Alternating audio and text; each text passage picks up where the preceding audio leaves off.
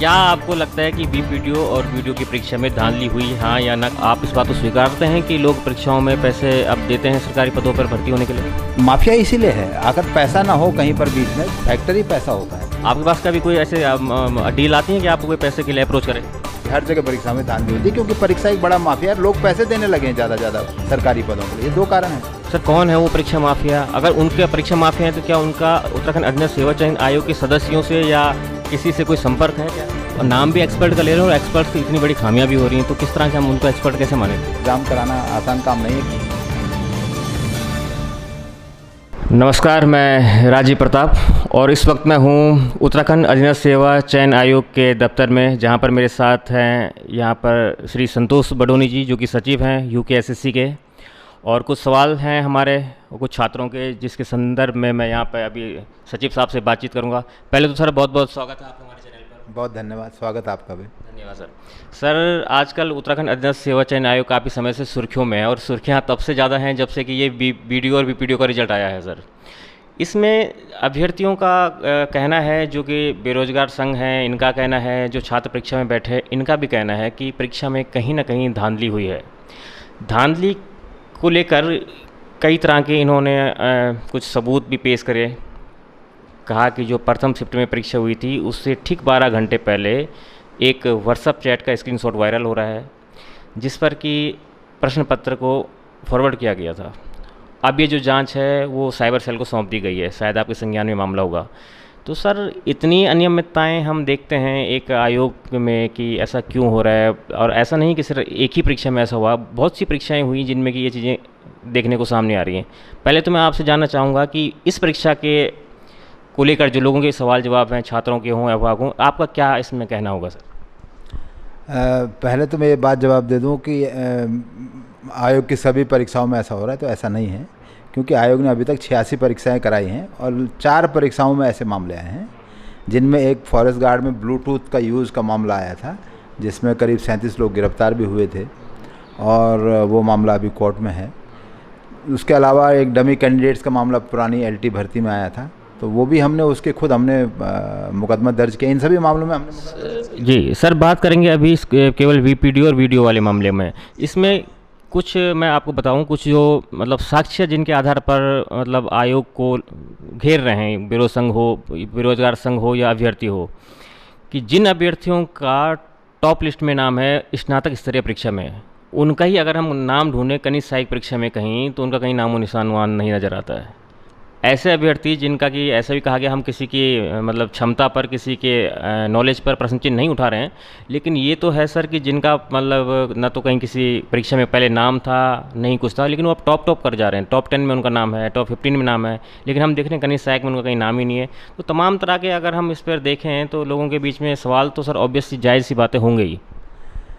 बिल्कुल, ये तय करना बड़ा मुश्किल है कि कोई बच्चा अपनी मेहनत से निकला है या नहीं निकला रिजल्ट के आधार पर, जब तक कि कोई अनियमितता का सबूत नहीं है। जो बच्चे, जो बेरोजगार संगठन हमारा ये सबूत दे रहा है, उन्होंने एक ही सबूत दिया है। बेसिकली सबूत का मतलब एक ही है, वो व्हाट्सएप चैट। उसके अलावा कोई भी सबूत उन्होंने दिया, सब उनके एक कल्पना के आधार पर हैं कि साहब ये मेहनत नहीं करते थे, ये इतने साल से विदेश से आए, अभी इन्होंने एग्ज़ाम दिया, इन्होंने तो पहले कोई एग्ज़ाम ही नहीं दिया, ये पास हो गए हैं, या कुछ किसी राजनीतिक दल के आदमी पास हो गए हैं, इस तरह का वो बात कह रहे हैं। सर, ये बात कह रहे हैं, ये आपका कहना सही है कि ये इस तरह की कल्पनाएं कर रहे हैं। ठीक है, कल्पना से हम इस बात से सहमत हैं कि हो सकता है ये उनकी कोरी कल्पना हो, लेकिन सर वो कल्पना भी जो है, अगर आप इसको थोड़ा सा देखें, सोचें, एथिकली सोचें, मॉरली सोचें, तो आप भी कहीं ना कहीं थोड़ा संदेह में पड़ जाएंगे कि कुछ ना कुछ बात तो है कि ये कल्पना भी कहीं ना कहीं हकीकत ना हो। बिल्कुल संदेह है, इसलिए तो हमने उसको साइबर सेल को दिया, हमने दिया ना जांच के लिए, आयोग ने उसे जांच के लिए दिया है। अगर उनका जो सबूत उन्होंने दिया है उसमें कोई सत्यता आती है तो ज़रूर उसके हिसाब से कार्रवाई होगी। उसके अलावा हम लोग अपने लेवल पर भी एक स्टडी कर रहे हैं कि वाकई सस्पिशियस ये लोग हो सकते हैं या नहीं हो सकते हैं, वो लिस्ट भी हम तय कर रहे हैं। सर ठीक है, अगर जांच होती है और हम ये पाते हैं कि इस परीक्षा में शायद धांधली हुई है थोड़ा बहुत, आप कह रहे हैं कि हमारे पास सिर्फ एक सबूत है, वो है व्हाट्सएप चैट का जो स्क्रीनशॉट घुमाया गया बेरो संघ के अध्यक्ष के द्वारा, और सारी कल्पनाएं हैं। मान लिया जाए कि जांच होती है और कुछ लोग इसमें दोषी साबित होते हैं, कुछ लोग इस प्रकार से आते हैं कि गलत तरीके से चयनित हुए हैं, तो सर इनको चयनित करवाने के पीछे किसका हाथ हो सकता है? कौन लोग इसमें दोषी हो सकते हैं? मैं आपको पहले ही कह रहा हूँ कि परीक्षाओं में माफिया यहाँ पर है और पहले भी हमारी परीक्षाओं में ऐसा छेड़खानी हो चुकी है, शुचिता बाधित हो चुकी है, और हमने खुद उसमें मुकदमे दर्ज करवाए हैं आगे बढ़कर। शायद किसी आयोग ने आसपास आपसे देखेंगे तो खुद मुकदमे नहीं दर्ज कराए हैं, हमने खुद कराए हैं, जिससे ये लोग चिन्हित हो सकें, क्योंकि जांच का काम आयोग का नहीं हो सकता, हम जांच एजेंसी नहीं है। सर आपने स्पष्ट कहा है कि कुछ परीक्षा माफिया हैं। सर कौन है वो परीक्षा माफिया? अगर उनके परीक्षा माफिया हैं तो क्या उनका उत्तराखंड अधीनस्थ सेवा चयन आयोग के सदस्यों से या किसी से कोई संपर्क है क्या? मैं इतना स्पष्ट कर सकता हूं कि आयोग से किसी भी तरह की गड़बड़ी, एक भी प्रश्न की या एक भी रुपए की आप नहीं पाएंगे, इसका ये निश्चित है। इसीलिए हम खुद मुकदमे दर्ज कराने, जांच तो हमारी भी होगी ना। जब एक बार पुलिस पे या जांच एजेंसी पे मामला जाएगा तो जांच तो हमारी आयोग की भी होगी, ये नहीं कि केवल उन्हीं थर्ड पार्टी की होगी, ऐसा तो नहीं है। जो भी जांच में सामने आएगा वो सामने आएगा, चाहे आयोग उसमें पार्टी हो, चाहे आयोग के बाहर उसमें पार्टी हो। सर इस परीक्षा के रिजल्ट के बाद हमने देखा कि बेरोजगार सड़कों पर उतर गए। 13 के 13 जिलों में ऐसे कोई कोचिंग संस्थान नहीं थे। सारे जगह से हमने देखा कि लोग जो हैं कि एकदम विरोध प्रदर्शन कर रहे हैं और एक उग्र रूप में विरोध प्रदर्शन कर रहे हैं। तो कहीं ना कहीं आयोग की भी एक नैतिक जिम्मेदारी बनती थी कि अगर छात्र इतना इस पर संदेह व्याप्त कर रहे हैं तो खुद ही इस पर जांच बिठा दे और उच्च स्तरीय जांच करवा दे। इसमें क्या दिक्कत है? हमने खुद ही जाँच के अनुरोध किया है ना, वही तो मैं आपसे कह रहा हूँ। हमने खुद ही जाँच के लिए अनुरोध किया है और जल्दी उसमें जाँच भी आ जाएगी। तो मुझे लगता है कि इसमें इंतज़ार करना चाहिए, साइबर सेल को थोड़ा काम करने देना चाहिए, और अगर कोई ठोस बात आती है तो हम जांच के आगे एफआईआर में भी जाएंगे। ऐसा नहीं कि हम उसे यहीं रोक देंगे। जो भी दोषी है या जिसने भी गड़बड़ी की है उसे हम सामने लाने की पूरा प्रयास करेंगे, तो हम उसे छुपाएंगे नहीं। और जांच में हम कोई बाधा नहीं, जांच तो एक थर्ड पार्टी ने करनी जो जांच एजेंसी है, आयोग जांच एजेंसी नहीं है। पर जो भी जांच में सामने आएगा हम उसमें बहुत कठोर कार्रवाई करने वाले हैं। सर अभी की कुछ और भी परीक्षाएं होने वाली हैं, आगे बहुत सी परीक्षाएं होने वाली हैं, लेकिन जो ऑनलाइन जो परीक्षाएं होती हैं वो आपने एक NSET, मेरे को नाम पूरा याद नहीं है, NSEIT एक एजेंसी है जिससे आपने ऑनलाइन परीक्षाएं कराई। और अन्य राज्यों में मैंने देखा कि इस जो एजेंसी को है इसको तो ब्लैक लिस्टेड कर दिया गया है। कुछ कुछ परीक्षाओं में बहुत बड़े स्तर पर इस एजेंसी ने धांधली करी है और ये स्पष्ट है, साफ है, अखबारों में आप देख सकते हैं। और ये एक इसके भी आपको प्रूफ मिल जाएंगे अगर आप थोड़ा सा इस पर रिसर्च करेंगे। तो उसी एजेंसी से सर आप क्यों परीक्षाएं बार बार करवा रहे हैं? अगर छात्र नहीं चाहते हैं कि इस एजेंसी से परीक्षाएं करें तो हमारे पास बहुत सारी एजेंसी हैं, बहुत सारे रिसोर्सेज हैं, हम उनसे भी करवा सकते हैं। संदेह है किसी एजेंसी पे तो न कराएं इससे परीक्षा, क्या जरूरत है परीक्षा करवाने की? सर मैं आपको दो बातें स्पष्ट कर दूं कि इस मामले में एक बात कि NSEIT कहीं भी ब्लैक लिस्टेड नहीं है, किसी भी स्टेट में नहीं, ये मैं आपको 100% दावे के साथ कह सकता हूँ। इसके अलावा यहाँ पर हाईकोर्ट में एक मुकदमा दर्ज हुआ था कि NSEIT ब्लैक लिस्टेड है, वो मुकदमा हाईकोर्ट ने खुद खारिज कर दिया इस ग्राउंड पे कि ये इसमें कोई तथ्य ही नहीं है इस मुकदमे में। तो ये कहना गलत है, ये वही कह रहा हूँ कि अधिकतर मनगढ़ंत बातें हैं जो चलाई। आप स्पष्ट कह रहे हैं कि जो NSEIT एजेंसी है ये कहीं भी किसी भी राज्य में ब्लैक लिस्टेड नहीं है? अभी तक कहीं पर भी ब्लैक लिस्टेड नहीं है, ये मैं फिर आपसे दोहरा रहा हूँ। सर उत्तर प्रदेश में एक परीक्षा आयोजित हुई थी, उस परीक्षा में बहुत बड़े स्तर पर धांधली पाई गई, उसके बाद इस एजेंसी को ब्लैक लिस्टेड करार कर दिया गया था। मेरा कहना है कि परीक्षाओं में धांधलियाँ सब जगह हो रही हैं, ये यहाँ पर नहीं, राजस्थान, MP, उत्तर प्रदेश, किसी भी राज्य को आप ले लें, तमिलनाडु से लेकर हर जगह परीक्षा में धांधली होती है, क्योंकि परीक्षा एक बड़ा माफिया है, लोग पैसे देने लगे हैं ज़्यादा सरकारी पदों के लिए। ये दो कारण हैं, और उसमें आयोग पर भी सवाल उठते हैं और सेवा प्रदाता पे जो एजेंसीज हैं उन पर भी सवाल उठते हैं। पर इसका मतलब ये नहीं है कि वो दोष सिद्ध हो गई हैं। दोष सिद्ध तभी होंगी जब किसी सक्षम न्यायालय से ऐसा आदेश आता है या कोई आयोग उनको ब्लैकलिस्ट कर देता है आदेश से, तो वो उस आयोग के लिए एक आदेश है। मेरा कहना ये है कि जटिल काम है परीक्षा कराना, आयोग के लिए भी बार बार ऐसे मामले आएंगे, अभी हम जो परीक्षा कराने वाले हैं उसमें भी आएंगे। तो इस कारण से न तो आप परीक्षा रोक सकते हैं, ना आप अच्छी एजेंसीज को काम करने से रोक सकते हैं। और दूसरा ये कहना है कि ऑनलाइन जैसे एग्ज़ाम के लिए बहुत ही लिमिटेड एजेंसीज हैं जो अच्छी एजेंसीज हैं, तो आप इस आधार पर या किसी आशंका के आधार पर किसी एजेंसी को बाहर करें और अपना नुकसान करें, वो मेरी दृष्टि में अच्छा नहीं है। सर एक बात है कि वन दरोगा परीक्षा का रिजल्ट भी आया था, अब विभिन्न पालियों में परीक्षाएं हो रही हैं। आयोग कहते हैं कि हमारे पास संसाधनों की कमी है और बहुत छात्र संख्या बहुत अधिक है और ऐसे में एक ही समय में परीक्षा कराना संभव नहीं है। तो सर समस्या तो वहाँ से, जड़ तो वहाँ है कि हम 2 या 3 या 4 शिफ्टों में परीक्षाएं करवा रहे हैं और फिर हम एक पद्धति ला रहे हैं जिसका नाम है नॉर्मलाइजेशन। सर मैं आपके माध्यम से समझना चाहता हूँ ये नॉर्मलाइजेशन जो पद्धति है क्या करती है एक्चुअल में? नॉर्मलाइजेशन एक, जहाँ भी एक से ज़्यादा शिफ्ट में एग्ज़ाम होगा, जैसे कि हम ऑफलाइन ऑनलाइन दोनों में कर रहे हैं इस समय, जब एग्ज़ाम दो शिफ्ट्स में होगा तो 2 प्रश्न पत्र होंगे। उन 2 प्रश्न पत्रों के कठिनाई स्तर को मॉडरेट करने के लिए नॉर्मलाइजेशन की व्यवस्था है, जिससे कि अगर कोई पेपर टफ आ गया है रिस्पांस के आधार पे, माने उत्तर के बाद, परीक्षा के बाद टफ समझा जाता है, तो वो टफ और इजी पेपर को एक तरह से समतुल्य किया जा सके, इसके लिए सर यही मैं जानना चाह रहा था सर। अब यहाँ पर एक दुविधा ये है सर कि कैसे हम पता करें कि ये प्रश्न पत्र टफ है और ये आसान है। किसी छात्र ने अगर वो पढ़ा है और बहुत टफ है, लेकिन उसके लिए तो सर वो आसान हो गया। प्रश्न पत्र को कठिन और सरल कब किस पैमाने पर हम रखेंगे, कैसे हम इसको मापेंगे? मैंने कहा कि रिस्पांस के आधार पर, माना एक परीक्षा है जिसमें जो टॉपर हैं वो 91 से 75 पर ख़त्म हो गए, दूसरी परीक्षा में वही 85 से 68 तक जा रहे हैं, तो नेचुरली 91 वाला इजी है और 80 ये रिस्पांस एवरेज के आधार पर माना जाएगा कि वो, हाँ, डेटा के आधार पर। सोच नहीं है कि हाँ हाँ अभ्यर्थी सोच रहा है, हाँ, सोचने का मसला ही नहीं है।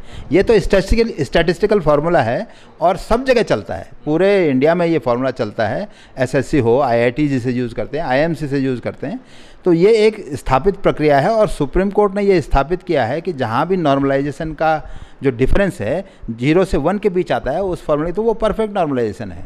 तो उसी आधार पर हम भी करें और उससे ज़्यादा हमारा नॉर्मलाइजेशन कोई भी नहीं हुआ।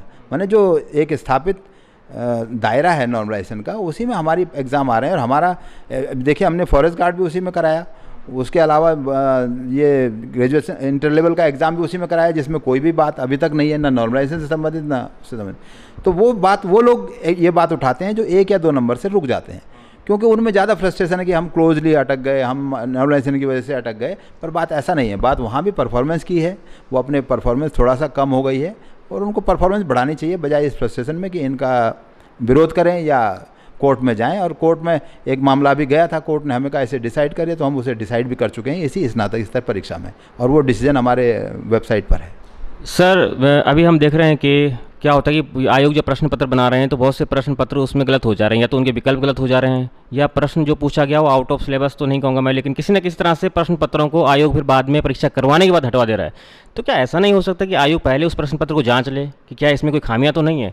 प्रश्न पत्र को में बदलाव करना परीक्षा के बाद कहाँ तक न्यायपूर्ण है सर? अगर पहले ही आप लोग देख लेंगे प्रश्न पत्र गलत है और इतने बड़े एक्सपर्ट्स आप लोग हैं, सारे लोग हैं, तो प्रश्न पत्रों में 300 प्रश्न गलत है एक प्रश्न पर परीक्षा में 1800 में से, और हर बार कुछ प्रश्न पत्र गलत हो रहे हैं, फिर आप लोग उसमें क्या कर रहे हैं कि बोनस अंक के पर पार्टी चला दे रहे हैं। तो सर ये कहीं ना कहीं तो सर ये हमारे सिस्टम और हमारे जो परीक्षा कराने का जो हमारा सिस्टम है इस पर सवाल या चिन्ह तो लगते हैं सर। देखिए, परीक्षा होती है एक प्रश्न बैंक के आधार पे। प्रश्न बैंक माने पिछले 8-10 साल में जो आपने इकट्ठा किए हैं क्वेश्चंस, उनके आधार पर प्रश्न पत्र बनता है। ये एक बात कि ये एक थोड़ा गोपनीय प्रक्रिया है, आप 10 आदमियों को इसे शेयर नहीं कर सकते कि अधिक से अधिक देख लेंगे ठीक है कि नहीं है, ऐसा नहीं हो सकता। बहुत जो लिमिटेड माइंड से इसे देखते हैं। तो एक बात तो ये है कि शुचिता का इसमें बात होती है, तो लिमिटेड लोग इसे देख सकते हैं। आप, मैं आयोग की बात कर रहा हूँ सर, आयोग में ही तो 1-2 लोग लिमिटेड हैं, वो भी देख सकते हैं, वो भी तो इतने परिपक्व हो सकते हैं कि इस प्रश्न पत्र को जांचें परखें। आयोग, आप एक आदमी से कैसे एक्सपेक्ट कर सकते हैं कि वो कॉमर्स भी जाने, साइंस भी जाने, हिस्ट्री भी जाने, इंग्लिश भी जाने? ऐसा नहीं कर सकते। हर पेपर अलग अलग होता है, हर एग्ज़ाम अलग अलग है, एक ही एग्ज़ाम नहीं हमारे यहाँ। तो ये इसके लिए तो बेस्ट लोग जो सब्जेक्ट एक्सपर्ट हैं वो होते हैं।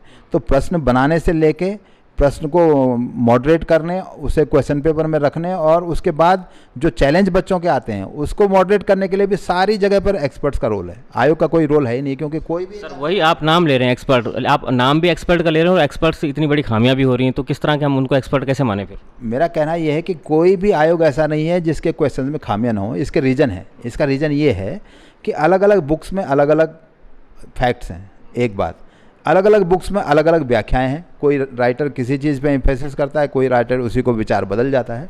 तो एक तो पाठ्यपुस्तकों की सामग्री भिन्न है, दूसरा ये है कि फैक्ट्स, ज्ञान भी परिवर्तन हो रहा है। पिछले 10 साल पहले जो बुक्स थी वो उनका ज्ञान शायद कुछ मामलों में आज परिवर्तन हो गया है।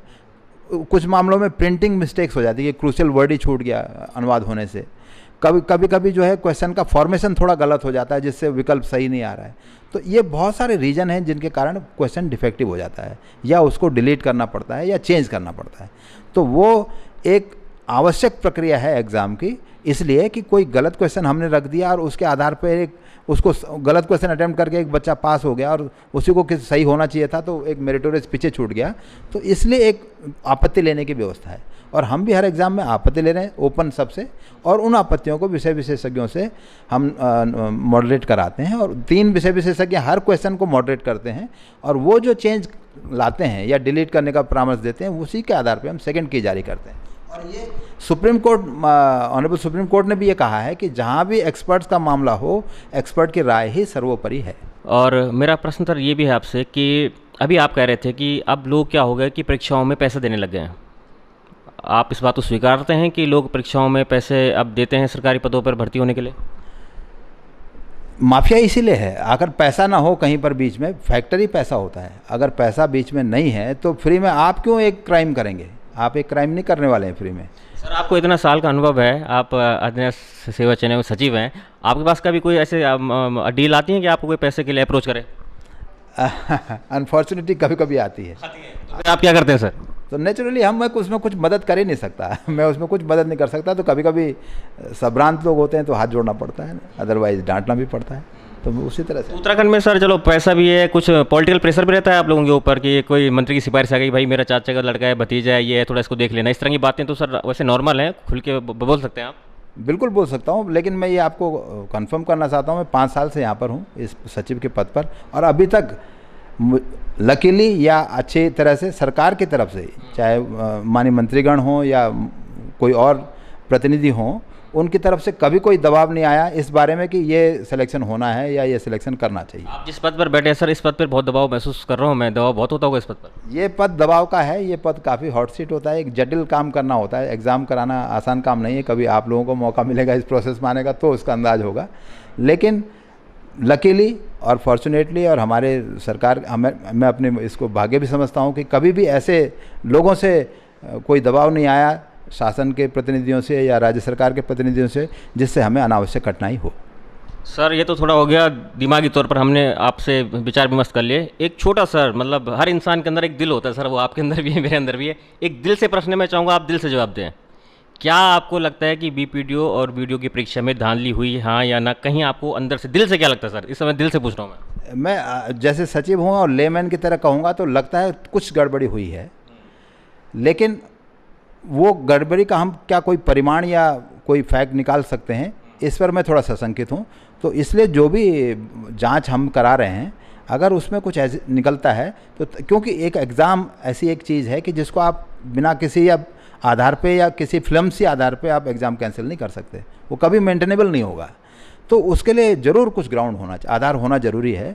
और लगता है कि कुछ मामलों में लगता है कि हाँ ये सिलेक्शन कुछ गड़बड़ हो गए कुछ कैंडिडेट्स के मामलों में, लेकिन ये वाकई वो गड़बड़ है या वो अब हमको लग रहा है कि वो अपना रिप्रेजेंटेशन ठीक नहीं कर पा रहे हैं, ये मैं कह नहीं सकता हूँ।